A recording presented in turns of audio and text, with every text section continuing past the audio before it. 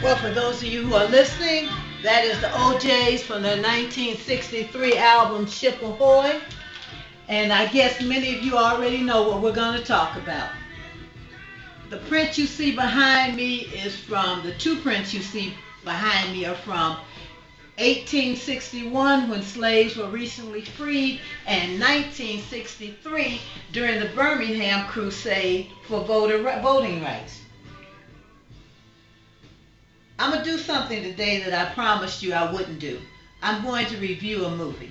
And you know what that movie is? It's Django. Now, there's been a lot of controversy about Django. A lot of people have talked about Django. And most of it, surprisingly, has focused on the violence associated with Django. Well, I think the violence in Django was appropriate to the conditions, and I think any argument about the use of the N-word has to rest upon the fact, and is really rather moot, considering every rap singer out there almost uses the N-word with, just recklessly. Every other word is the N-word in many of these rap songs. I have to admit, I have not been a Quentin Tarantino fan in the past.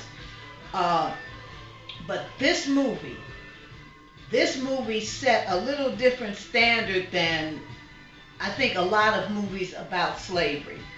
A lot of people point to Roots and they say, well, Roots showed how slavery really was. Yes and no. It did not really address in seriousness. Nothing from Hollywood has addressed in seriousness the true issue of slavery, the issue of how one person believes they have the right to determine the destiny of an entire continent. And most importantly, what made them believe that they had the right to take slaves and to scatter them throughout the world and to treat them in the most inhumane conditions. To me, Django was no more than the basic story than a cowboy movie where a man's woman was taken, the man went after the woman, the man got the woman, and they rode off in the sunset. What makes this different is that instead of that man being a white male on a white horse riding into Indian territory to kill a bunch of Indians, or riding into, quote, outlaw territory to kill a bunch of outlaws, it was a black man who went to get his wife who was a slave. Many of the myths that we've heard about black people were destroyed by Django. What did he say? He and his wife were married. Yeah, a lot of slaves couldn't get married, but he and his wife were married. And here was a black man, like I said, that loved his woman enough to go and get her and to bring her back.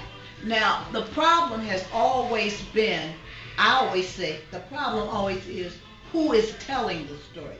Because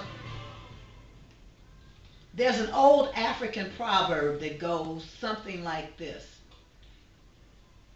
As long as the story is told by the hunter, the lion will have no voice. But when the lion tells the story, you get an entirely different version. I think one of the things that troubles me is that in this conversation about the violence of Django, about the use of the N-word, there have not been conversations, as I said, about the issue of slavery. I'm deeply concerned that Spike Lee boycotted the movie and made a bunch of negative comments, because my question to Spike Lee is, at his level of being such a well-respected producer and such a good producer, Why are we not seeing the black life from the black perspective? I want you to think about this. We have not had a true black love story since soul food, or since uh, uh, I can't remember when we had a good black love story. Most of it involves violence. Most of it involves gangs and things like that. All of the negatives. We very seldom see the positive of our life. And then when it comes to black TV stations, we have BET, which is not owned by blacks. We have TV1, which is owned by blacks. We have Aspire, which is owned by blacks. And we have the station, another station that you can't get in most areas because they don't show it. Now, most of these stations, Aspire has limited itself to the most part of showing old Bill Cosby, Julia, and Flip Wilson reruns. BET and other stations are showing the Jeffersons, all of this from the 70s and the 80s. We're not getting the new production that we need. In other words, what did I think about Django? I think Django should have started a conversation about slavery, about its impact on us, and about what we can do and what we're entitled to because of slavery. And yes, I'm going to go there about the issues of reparation. I don't believe that reparation is enough to satisfy what happened to us in this country. Because had it not been for black slaves and for Indian workers for the most part, this country would have never existed. The first settlers, they worked the Indians until the Indians fought back. Then they went and got African slaves. They brought us here. There is no dispute that African slaves built most of the buildings in Washington, that African slaves were the ones that helped to make the railroad and everything else grow. So what do I think we're entitled to? I look at what the Indians got, the quote, what they call Indians. Many of you don't know that Native American population, many of them are actually a nation unto themselves. If you think I'm joking, the next time you go past the casino or something, or you decide to go into the casino, you will see that you are entering tribal land.